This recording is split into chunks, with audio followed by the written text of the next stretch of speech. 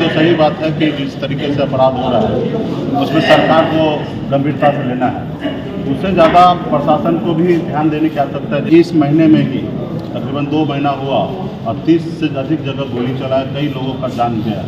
तो ये कहीं ना कहीं दर्शाता है कि प्रशासन जो है लापरवाही है, सरकार भी लापरवाह है। उत्तर प्रदेश में योगी जी वहाँ पे भी क्राइम हुआ, किस तरीके से वहाँ पे ढूंढ के वो इनकाउंटर किया गया, ठीक है। तो उसी तरीके से यहाँ पे सरकार को एक्शन लेना है।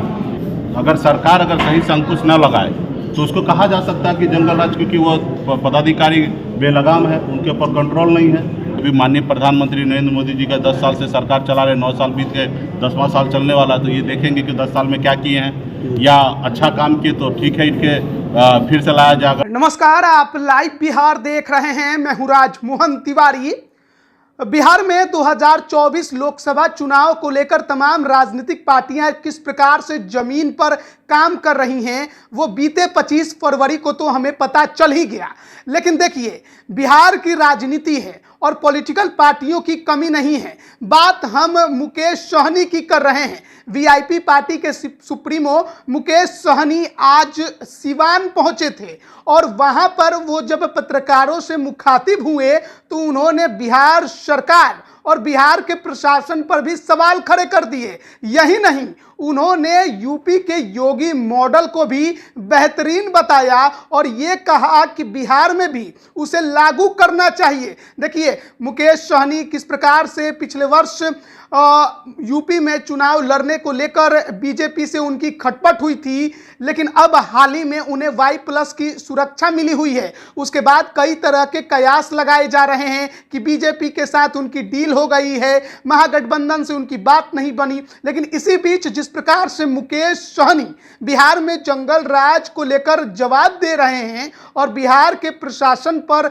शासन पर सवाल उठा रहे हैं, वो भी इसी बात का अब संकेत देने लगा है कि क्या सच में अब मुकेश सहनी बीजेपी के हो गए हैं। सुनिए सबसे पहले मुकेश सहनी क्या कुछ कह रहे हैं। इसमें तो सही बात है कि जिस तरीके से अपराध हो रहा है उसमें सरकार को गंभीरता से लेना है। उससे ज़्यादा प्रशासन को भी ध्यान देने की आवश्यकता है। जैसे हमें अभी जानकारी मिला है कि इस महीने में ही तकरीबन 2 महीना हुआ और 30 से अधिक जगह गोली चला, कई लोगों का जान गया। तो ये कहीं ना कहीं दर्शाता है कि प्रशासन जो है लापरवाही है, सरकार भी लापरवाह है। लेकिन इसमें सबसे ज़्यादा दोषी यहाँ के जिला के जो लॉ एंड ऑर्डर के जो मालिक है, एसपी है या डीएसपी है, इन लोगों का है। और हमें जो जानकारी प्राप्त होता है कि 12 बजे 1 बजे दिन तक तो घर पे ही रहते हैं एसपी साहब, अपने कार्यालय जाते हैं, 1 बजे लंच के बाद जाते हैं। उसके बाद थाना पुलिस को तो फायदा होता है, जितना ज़्यादा गोली चलेगा, जितना लोगों का हत्या होगा, मुजरिम पकड़ाया जाएगा तो उसे अच्छी तरीके से उनसे खाना पीना चाय पानी मिलेगा। तो इसके लेके हमें लगता है कि इस तरीके से घटना बढ़ रहा है। इसके लिए तो हम लेटर लिखेंगे, डीजीपी साहब से बात भी करेंगे कि ऐसे पदाधिकारी के ऊपर अंकुश लगाया जाए। ऐसे पदाधिकारी जो काम का नहीं है उनको घर बैठाया जाए। अगर उनको घरे पे, अगर कार्यालय पे नहीं जाना है, घर पे रहना है, तो ऐसे लोगों को घर पे रखें। आप बताइए कि आपके 1 महीने में 30 जगह गोली चल रहा है। 1-2 जगह हुआ समझ में आता है, 2 महीने में 30 जगह गोली चल रहा है, तो कहीं ना कहीं फेलियर है यहाँ के प्रशासन। तो हमें डीजीपी साहब से बात करेंगे। और पूरे बिहार में ये स्थिति है, लेकिन हम पूरे बिहार से हम देख रहे हैं कि सबसे ज़्यादा स्थिति सीवान जिला में हम देख रहे हैं कि इस तरीके से हत्या, हमें जो जानकारी मिला है कि इस तरीके से गोली और इस तरीके से हत्या कोई जिला में नहीं हुआ है। तो इसके लिए डीजीपी साहब से बात करेंगे। और यहाँ के प्रशासन का बड़ा फेलियर है, वो अपने घर से निकलेंगे तो शायद जनता के बीच में जाएंगे। और मुझे लगता है कि ये लोग चाहते ही हैं कि ऐसे हत्या हो ताकि उसमें उसका फायदा नजर आए। जंगल राज टू क्या सर? जंगल राज, देखिए, जंगल राज बोलना उचित नहीं है। हर सरकार में इस तरीके से घटना होता है, लेकिन अगर सरकार सही से अंकुश न लगाए तो उसको कहा जा सकता है कि जंगल राज, क्योंकि वो पदाधिकारी बेलगाम है, उनके ऊपर कंट्रोल नहीं है। अभी हमारे जो नए डीजीपी साहब आए, हमें उससे उम्मीद था, नए डीजीपी साहब ने कहा कि अगर अपराधी है तो उसको भगाओ, अगर उसको नहीं भगाओगे तो तुमको भगाएंगे। तो जो उनके नीचे के लोग हैं वो एहसास किए तो ना ऐसा बोले कि आप अपराधी को नहीं भगा पा रहे हैं और अपराधी आपको भगा रहे हैं।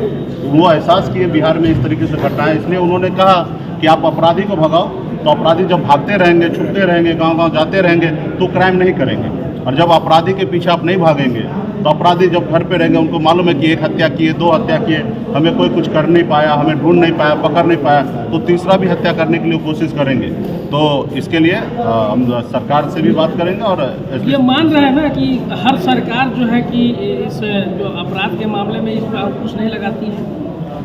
नहीं, हर सरकार की बात नहीं करेंगे। अब देखिए उत्तर प्रदेश में योगी जी, वहाँ पे भी क्राइम हुआ, किस तरीके से किस तरीके से वहाँ पे ढूंढ के वो इनकाउंटर किया गया, ठीक है। तो उसी तरीके से यहाँ पे सरकार को एक्शन लेना है। तो यहाँ पे हर सरकार नहीं है, हर सरकार बिहार सरकार में आप भी थे उस समय बात, क्राइम होता। हाँ ठीक है, थोड़ा बहुत समझ में आता है, लेकिन जिस तरीके से घटना नहीं होता है। तो इसलिए कहीं ना कहीं पुलिस प्रशासन जवाबदेही है, पुलिस प्रशासन के ऊपर कार्रवाई होना चाहिए। 2024 लोकसभा आगे सामने है, क्या कहेंगे? और ठीक है, चुनाव है और चुनाव में जनता को चुनना है, नए देश के प्रधानमंत्री कौन होंगे। तो जनता के बीच में हम लोग जा रहे हैं, पूरे बिहार को देख रहे हैं, देश को देख रहे हैं, और हम लोग एक पॉलिटिकल पार्टी है, तो मजबूती से निश्चित तौर पे हम लोग का तो प्रधानमंत्री हमारे पार्टी में तो कोई कैंडिडेट है नहीं, हमें किसी गठबंधन के साथ जाके और प्रधानमंत्री एक चुनना है। तो हम लोग पूरे बिहार में घूम रहे हैं। हम देखेंगे आने वाले समय में कि हमारा राज्य का किस में विकास होगा, हमारे राज्य का भला किस में होगा, युवा का भला किस में होगा, किसान का भला किस में होगा, उसको देखते हुए, क्योंकि अभी भी माननीय प्रधानमंत्री नरेंद्र मोदी जी का 10 साल से सरकार चला रहे, 9 साल बीत गए, 10वां साल चलने वाला। तो ये देखेंगे कि 10 साल में क्या किए हैं, या अच्छा काम किए तो ठीक है, इनके फिर से लाया जाए, अगर अच्छा नहीं किए हैं तो बदला जाए। तो अभी जनता के बीच में जा रहे हैं, जनता के बीच में उनके मूड को समझ रहे हैं, और आने वाले समय में सोच समझ के निर्णय लेंगे। क्या है, प्रधानमंत्री ने अच्छा काम किया है क्या? वो समय आने वाले समय पर इस पर समीक्षा करेंगे और आपके बीच में प्रेस कॉन्फ्रेंस करके बताएंगे। पिछली बार आप भाजपा जदयू के गठबंधन में शामिल हुए थे, सरकार बनाया था, तब तेजस्वी यादव ने आपको छोटा रिचार्ज कहा था। अभी वो पॉलिटिकल बात है, पॉलिटिकल तरीके से हम लोग संघर्ष करने वाले लोग हैं, ठीक है, और संघर्ष करके इस मुकाम तक आए हैं। आज़ादी से लेकर अब तक इस समाज को, पिछड़ा, दलित, गरीब, निषाद समाज को पैरों तले दबा के रखा था, गुलाम बना के रखा था, और हमने मजबूती से बिहार में काम किया, सर उठाया कि नहीं, आपको राजा बनना है तो मेरा शुभकामना है, लेकिन ये मत समझो कि हम गुलाम बन के ज़िंदगी भर रहेंगे। हमें भी सर उठा के जीने का हक है और अधिकार है, और इसके लिए हम लोगों ने संघर्ष किया। तो उसके बाद के दिनों में आप देखते हैं कि सब पॉलिटिकल पार्टी का अपना अपना तरीका होता है, वो नहीं चाहेंगे कि हमारे सामने कोई आगे आए, आगे बढ़े।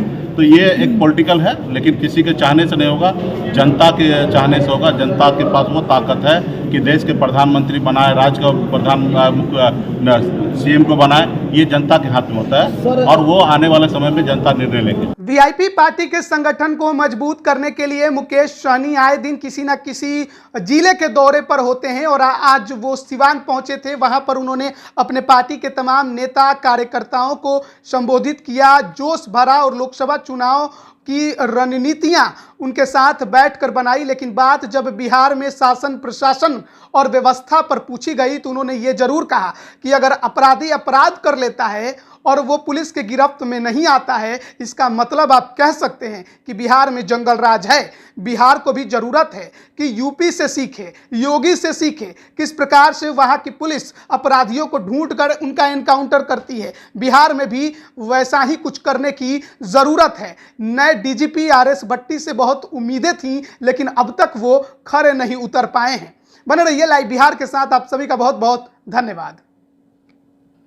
लाइव बिहार YouTube पर सब्सक्राइब और Facebook पर लाइक जरूर करें।